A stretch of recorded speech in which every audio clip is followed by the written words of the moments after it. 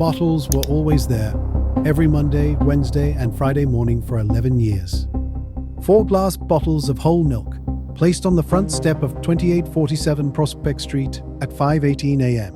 Northwest Washington, Georgetown neighborhood. Quiet residential block. Row houses built before the war, trees that shaded the sidewalks in summer and dropped their leaves in precise patterns come October. Walter Brennan knew that step the way you know anything you've touched 2,000 times. 3 concrete stairs, black iron railing. A welcome map that said nothing. The door painted dark green, though it had been blue when it first started the route. He placed the bottles. 4 of them. Always 4. Collect the empties from the previous delivery. Leave the invoice tucked under the lip of the top bottle. The same motion, the same timing, the same house. For 11 years. And in all that time, through summer heat and winter freeze, through the Eisenhower administration and into Kennedy's, Walter Brennan never once saw the people who lived there. Not once. He didn't think about it. Why would he? Milkmen don't meet customers. They deliver before the city wakes. That's the job. That's the point. But, looking back, and this is what stayed with him for the rest of his life, he should have noticed sooner. Because the bottles were never touched. Before we go further, consider this. How long would it take you to notice that something you do every day, something so routine it's become invisible, is being used for something you never intended? How many times would you have to walk past something before you realized it wasn't what it seemed? For Walter Brennan, the answer was 11 years. This story is based on documented counterintelligence methods from the Cold War period. The characters and specific events have been fictionalized, but the operational structures described reflect confirmed Soviet intelligence practices during this era. Subscribe to the channel, tell me which city you're watching from, grab your coffee or your favorite drink, settle into a comfortable spot, and pay attention. Another story of the invisible war begins now. Ready? Let's go. I'm Viktor Hale, come to my world. Walter Brennan started delivering milk in 1945, right after the war ended. He was 23. He'd done his service. Stateside, logistics, nothing glamorous. Came home to Washington. Founded with Chesapeake Dairy, a regional outfit. Mid-Atlantic distribution. Good reputation. The job was simple. Up at 3:30 in the morning. Load the truck at the depot by 4. Start the route by 4:30. Finish by 9. Home by 10. Sleep in the afternoon. Repeat. He liked it. Liked the quiet. Liked being alone with his thoughts. Liked the city when it was still dark, before traffic and crowds, and the machinery of government work began grinding through another day. He married in 1948. Ellen. They had 2 children. A son in 1950, a daughter in 1953. They bought a small house in Arlington, modest. A yard for the kids, close enough to family. Far enough from work to feel like home was separate from the job. He didn't want to manage routes or oversee drivers or move into the office. He wanted to deliver milk, do it well, provide for his family, come home tired but satisfied that he'd done honest work. By 1951, he had the route memorized. 67 stops, Monday, Wednesday, Friday. A different 63 on Tuesday, Thursday, Saturday. Sundays off. The routes overlapped slightly. Some customers got deliveries 6 days a week, some 3, some just weekends. Who wanted cream? Who switched to skim in January and back to whole in March? Who left notes? Who left tips at Christmas? Who complained about late deliveries, even when he was exactly on time? He knew the rhythm of the neighborhoods. Georgetown was old money. Quiet, reserved. People who didn't make noise. Who kept their hedges trimmed and their curtains drawn. Who paid their bills on time and never asked for anything extra. 2847 Prospect Street was added to his route in the spring of 1951. New customer, standard order. 4 bottles of whole milk. 3 times a week. Mondays, Wednesdays, Fridays. Payment by monthly invoice. No special instructions. Walter added it to his list. Adjusted his route timing to accommodate the new stop. Started delivering. The first time he approached the house, he noticed it was well maintained. The kind of maintenance that wasn't showy but was thorough. Fresh paint. Clean windows. The small front garden tended carefully, but not obsessively. A house that wanted to look like it belonged without drawing attention. He placed the bottles, rang the small bell by the door. He always did that for new customers, just to let them know delivery had started. No one answered. Not unusual. It was 5:18 a.m. The next delivery he collected 4 empties. Clean. Spotless, actually. No residue, no smell. Just glass that had been washed carefully and set out for collection. He continued. Week after week. The pattern held. 4 bottles delivered. 4 empties collected. Payment arrived punctually by mail. No notes. No complaints. No interaction. By 1952, Walter had stopped thinking about 2847 as a new stop. It was just part of the route. Part of the rhythm. Another house in a long line of houses. If you've ever followed the same routine for years, the same commute, the same grocery store, the same walk with your dog, you understand how things become invisible through repetition. Not because they're not there, because they've been absorbed so completely into your pattern that you stop seeing them as distinct elements. That's what happened with 2847. Walter delivered milk to that house twice a week, then 3 times a week, then back to twice, then 3 again depending on the season and the household's needs. The order changed slightly over time, but always stayed within a predictable range. 2 to 4 bottles, always whole milk, always the same routine. And for 8 years he never saw anyone, no one coming or going, no one retrieving the bottles from the step, no faces in the windows, no cars in the small driveway beside the house. Nothing. The bottles would be there in the morning. By evening, or so he assumed, someone took them inside. The empties would be out for the next delivery. The cycle continued. Walter assumed they were older. Retired, maybe. Early risers who retrieved the milk before he came back through the neighborhood on his way to other stops. Or late sleepers who got the bottles after he'd moved on. Didn't matter. As long as they paid and didn't complain, it wasn't his concern. But in the winter of 1959, something changed. Not dramatically, not obviously. Walter was making his usual Wednesday morning delivery. January. Cold. The kind of cold that makes glass bottles dangerous to handle. If you're not careful, the condensation freezes and makes them slippery. He'd learned to wrap a cloth around his hand for the coldest months. He approached 2847, placed the 4 bottles on the step, bent to collect the empties, and paused. The bottles were in the wrong position. Not wrong in any significant way, just wrong in the way that someone who'd been doing this for 14 years would notice. The empties were always placed in a square, 2 in front, 2 in back, neat, consistent, every single time. This time, they were in a line, 4 bottles, side by side. Walter looked at them for a moment. Then he collected them, loaded them into his crate, moved on to the next house. Probably nothing. Someone was in a hurry, didn't think about it. Placement doesn't matter, but it stayed with him. The next delivery, Friday, the empties were back to the usual square formation Monday. Square formation, Wednesday. Line formation. Walter started paying attention. Over the next month, he tracked it without meaning to, just noticed. The way you notice when something breaks a pattern you didn't realize you'd internalized. The empties were arranged in a square on Mondays and Fridays. They were arranged in a line on Wednesdays, every week, without fail. For 6 weeks, then it stopped. Back to square formation, every delivery, for 3 months. Then it started again, but different. Tuesdays and Thursdays now. The house had changed to a different delivery schedule, and on Thursdays, the bottles were arranged in a triangle, 3 forming the base, 1 on top. Walter stood on the step one Thursday morning in May 1959 looking at the triangle formation and felt something shift in his chest. This wasn't random. This was deliberate. Someone was arranging the bottles in specific configurations. And those configurations were changing on a schedule. He picked up the empties, loaded them carefully, delivered the fresh milk, moved on. And for the first time in 14 years, Walter Brennan started wondering who lived at 2847 Prospect Street. He didn't do anything immediately. What would he do? Report that someone arranged their milk bottles in different patterns? To who?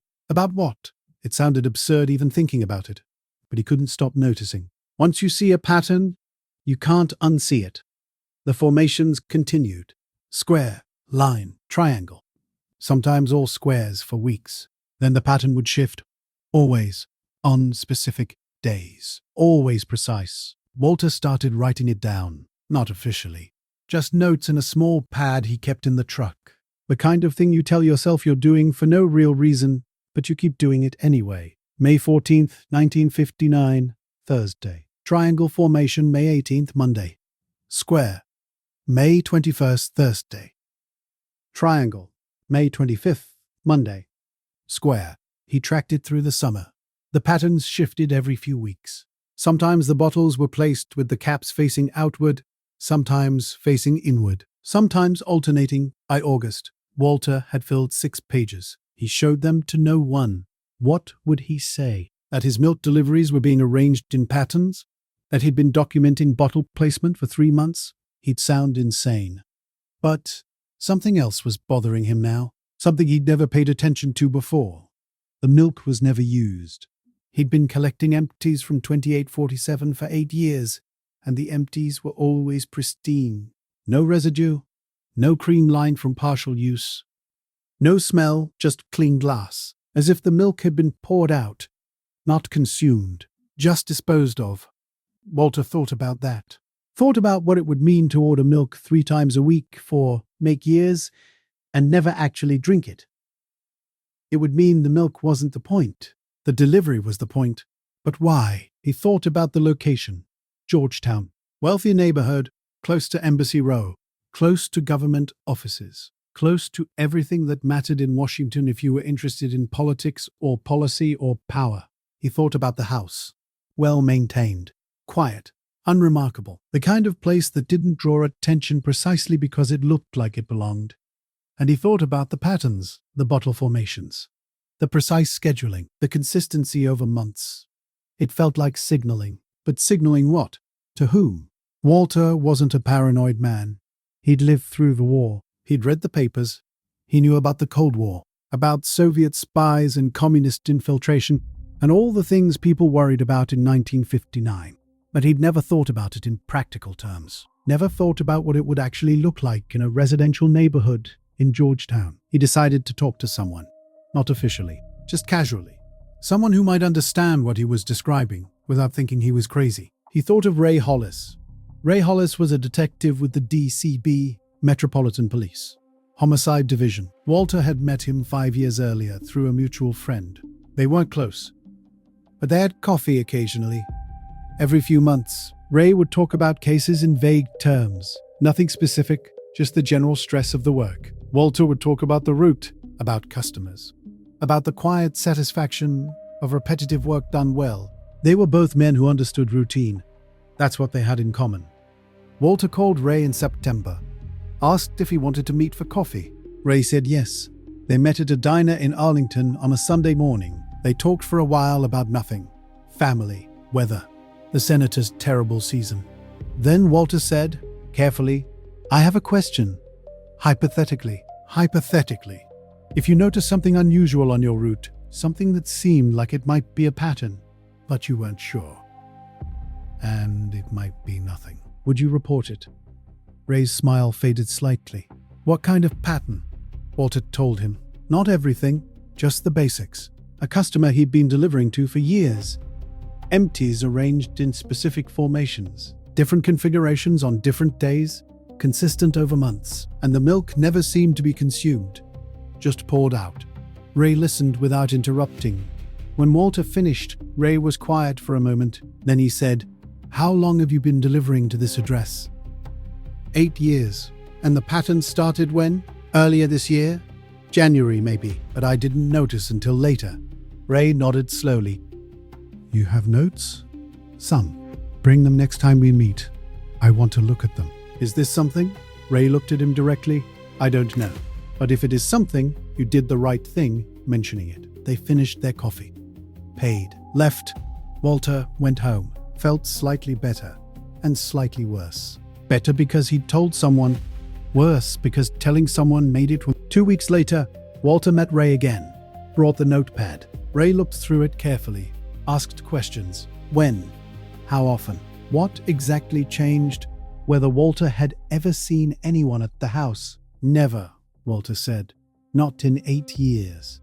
Ray made notes of his own. Then said, I'm going to pass this along to someone who handles different kinds of cases. Different how? Ray chose his words carefully. Federal jurisdiction.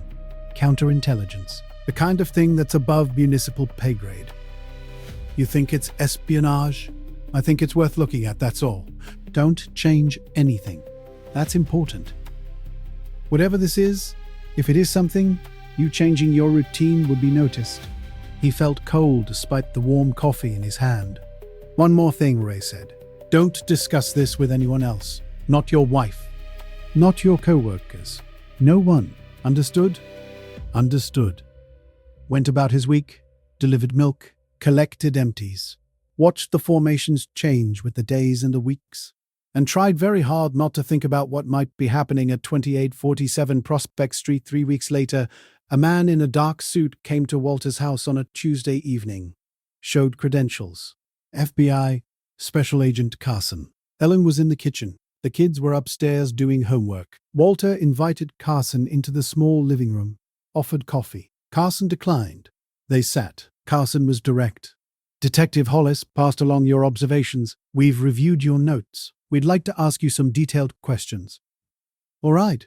Carson pulled out a small notebook, went through everything methodically. The exact address, the delivery schedule, the timeline, the bottle formations, the condition of the empties. Any observations about the house itself? Any vehicles? Any visitors Walter might have seen? Any interaction at all? Walter answered carefully. Honestly, no, he'd never seen anyone. No, there were never vehicles. No, he'd never been inside. No, he'd never received any communication beyond the monthly payment. Carson took notes. When Walter finished, Carson looked up. How long have you been delivering to this address, Mr. Berth, Brennan? 8 years, since 1951, and you didn't notice these patterns until this year. But looking back, there might have been patterns I didn't register. I wasn't looking for them. Carson nodded. The address you've been delivering to is currently under federal investigation. I can't provide details. But your observations have been helpful. We'd like to ask for your continued cooperation. What does that mean? Don't alter your timing. Don't change your interaction with the property in any way. If you notice anything else, any change in the pattern, any indication that the residents are aware of your attention, contact me immediately. He handed Walter a card. Plain white. A phone number. Nothing else. How long? Walter asked. I can't say. Are these people dangerous? Carson looked at him evenly. We don't have any indication that you're at personal risk, but we need you to be very careful, very consistent. Can you do that? Walter thought about his wife, his children, his quiet life delivering milk before the sun came up. Yes, he said. Carson stood. Thank you, Mr. Darrow. Brennan, you're doing important work. He left. Walter sat alone in the living room for a long time before Ellen came in and asked who the visitor had been. Well, someone asking about delivery routes, Walter said. Administrative thing. Went back to the kitchen. Walter went upstairs, kissed his kids good night. Lay in bed that night, staring at the ceiling. He was part of something now. Something he didn't fully understand. Something that existed in the space between his ordinary life and the invisible machinery of government and intelligence and Cold War tensions. And all because he'd noticed that some milk bottles were arranged differently than others. The next 4 months were the strangest of Walter Brennan's life, not because anything changed, because everything stayed exactly the same. He woke at 3:30, loaded the truck, started the route, delivered to 2847 Prospect Street at 5:18 a.m., placed the bottles, collected the empties, noted the formation, moved on. The patterns continued. Square, line, triangle, sometimes parallel, sometimes perpendicular, always deliberate, always on schedule. Walter documented everything in a new notepad, more detailed now. Not just formations, but exact measurements, cap positions, whether the bottles had condensation, the temperature of the glass when he picked them up, anything that might matter. He saw Carson twice more, brief meetings, parking lots, early morning before the route. Carson would review Walter's notes, ask clarifying questions, thank him, remind him to maintain his routine. Are you close? Walter asked once. December 1959, 6 months since he'd first contacted Ray. We're building the case, Carson said. These things take time, Walter continued. Through the holidays, through winter, into 1960, spring came, then summer. He started seeing other people around the neighborhood, not obviously. But he'd been doing this route for 15 years. He knew what normal looked like, and there were small things that didn't fit. A utility van parked on the street 3 mornings in a row. A man reading a newspaper on a bench too early for casual reading. A woman walking a dog at the same time every Wednesday. Surveillance. Walter recognized it now. Not on him, on 2847. He felt a strange mix of relief and tension. Relief that he wasn't alone in this. Tension because the surveillance meant it was real. Whatever was happening at that house was significant enough to warrant federal resources. And then, in October 1960, something shifted. Walter made his usual Wednesday delivery. 5:18 a.m. 4 bottles. The empties were in square formation, standard for Wednesdays that month. He collected them. Started to turn away. The front door opened. Walter froze. A man stood in the doorway. Late 50s. Average height. Thin. Unremarkable features. Wearing a robe and slippers. The interior of the house was dark behind him. They looked at each other for a moment. The man didn't speak. Neither did Walter. Then the man said, in perfect, unaccented English, "Thank you for your service." Very reliable. Walter nodded. "Just doing my job." The man smiled slightly. "Yes, just doing your job." Walter walked back to his truck. His hands were shaking. He sat behind the wheel for a moment before starting the engine. The man had known Walter was there every Monday and Wednesday and Friday at 5:18 a.m. Had known for how long?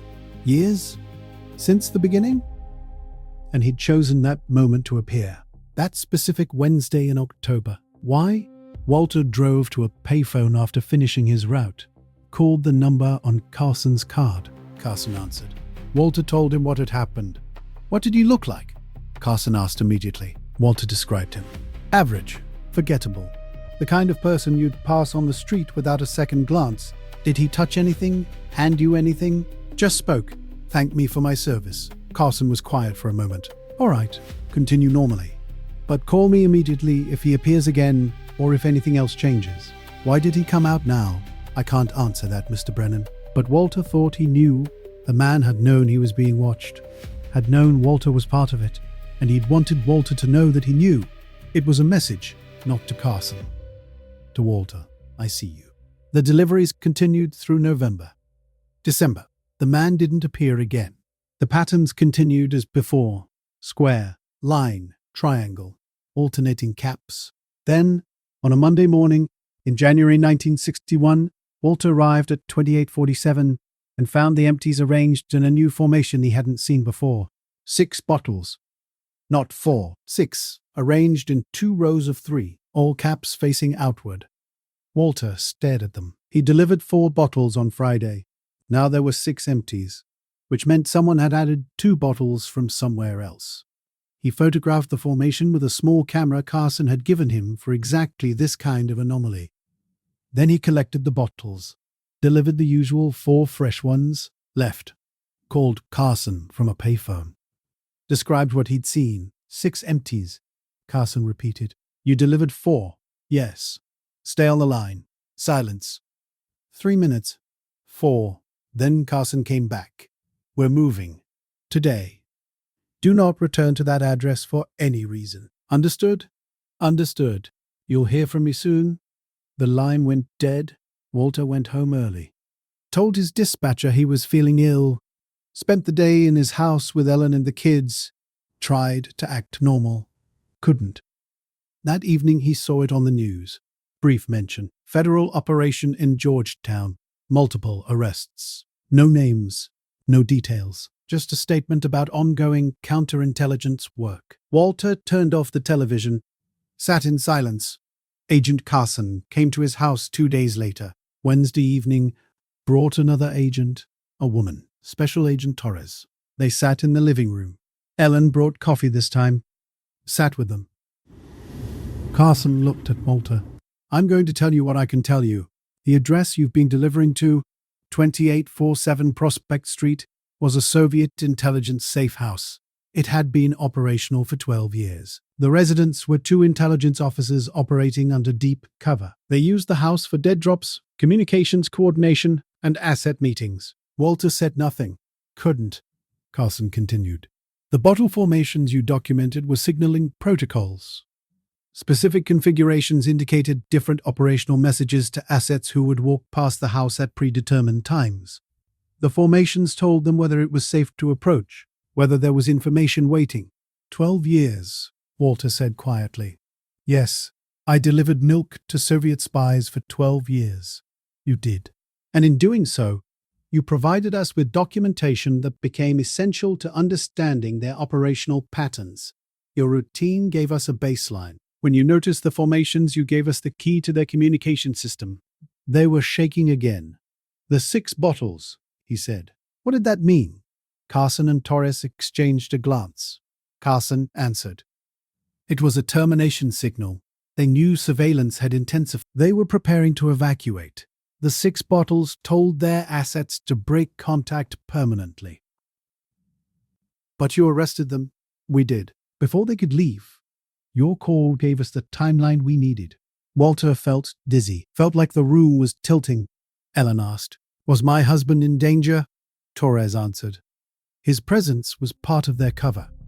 A regular delivery from a regular milkman helped to maintain the appearance of a normal household. They would have viewed him as an asset in his way, useful for maintaining normalcy, not a threat. Until I noticed, Walter said. Until you noticed, Carson agreed, and reported what you saw. Which is exactly what a vigilant citizen should do. They talked for another hour about what would happen next, about the case, about Walter's testimony, which would likely be needed but would remain classified, about the danger, which they again assured him was minimal now that the operation was closed.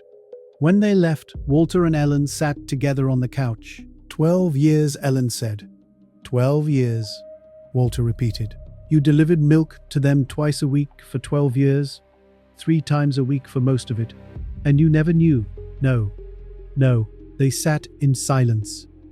Later that night, after Ellen had gone to bed, Walter stood at the kitchen window looking out at the dark street, thought about all the mornings he'd walked up those 3 concrete steps, placed those bottles, collected those empties, moved on to the next house, thought about the man who'd opened the door in October, the slight smile, the deliberate timing.